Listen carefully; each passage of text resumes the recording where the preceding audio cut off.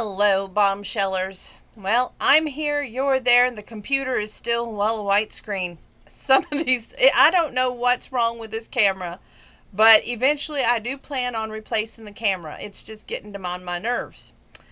In other news, this is How Is Your Day, Bombshell? Well, it was an okay day. I finished not one but two books, did absolutely no artwork coloring today. I worked today, and Grandpa got his Meals on Wheels today. So all in all, it was a good day, nothing to complain about. After work, we went to County Market, got some staples, because we hadn't been grocery shopping in 3 to 4 days. And yeah, the animals and us people have got to eat. In the mail today, I got two magazines. One doesn't have that much in it, so I'm not going to share it with you tonight. But the other actually had lots of information and points of light that I'm going to share with you. And the other magazine is called Better Homes and Gardens. It is the March 2021 issue, so that will be fun to share with you. I do have now, oh goodness, not only One Night Rodeo, but Part of the Bargain. I finished that story where that cowboy was believing the worst in her. Turns out he was able to overcome his fears, and then they had another uproar near the end of the book, and it looked like they were going to part ways. And they had gotten married, and she thought that he was, going to accept that she was not the person that the other people tried to portray her as, and that everything had gotten sorted out, or so we thought. Well, he walks in at the wrong moment at the wrong time, and of course he jumps to all those conclusions. And I literally thought there wasn't going to be a honeymoon for those two. But much to my surprise, there was, and they worked things out. And at the end of the book, it turns out that both couples were on the baby race to the hospital. So what a beautiful ending for that story. The other book that I read, which in a way I could relate to, was called A Wife for Westmoreland by the New York Times bestselling author Brenda Jackson. And it's a wonderful story about how this man was haunted of memories from a woman whose face he could not recall, but he finally traces down the mystery woman, and she's less than impressed with his charms, and he's not used to that. He's a Casanova, if you will, okay? These women are like falling at his feet all the time. And for the first time in his life, he has to win the woman's heart, but he has to risk his in the process. And it's just an awesome story. And she starts off, when she started the book off, she gave a Bible verse, and that really drew me into it as well.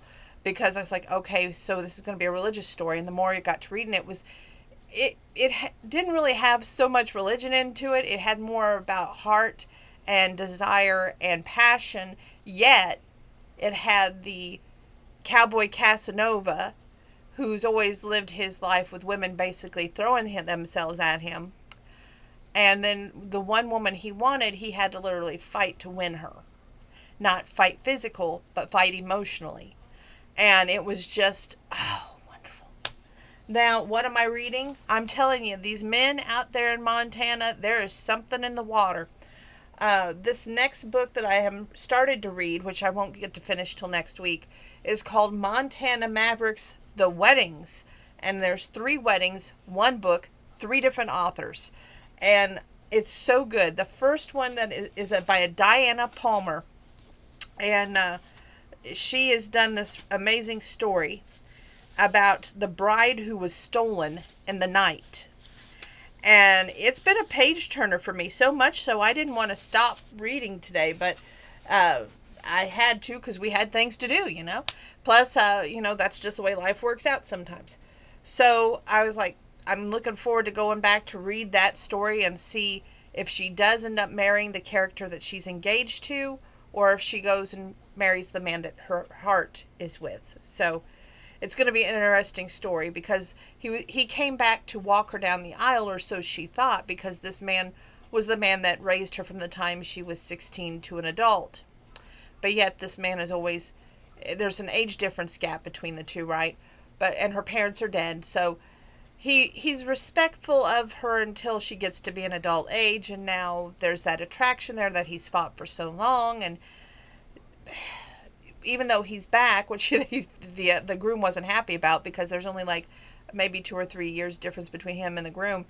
um, he said, I thought you said he wasn't coming back. And he goes, well, she goes, I hadn't heard from him, so how was I to know? And then she meets with him, the guy that's supposed to walk her down the aisle, that's, raised her, and they have this moment, and it's just like, oh my gosh. So it's going to be an interesting time to see exactly what happens there. Next up on my wonderful line of, what we're doing here, we're going to do Better Homes and Garden. We're going to do a little bit of One Night Rodeo.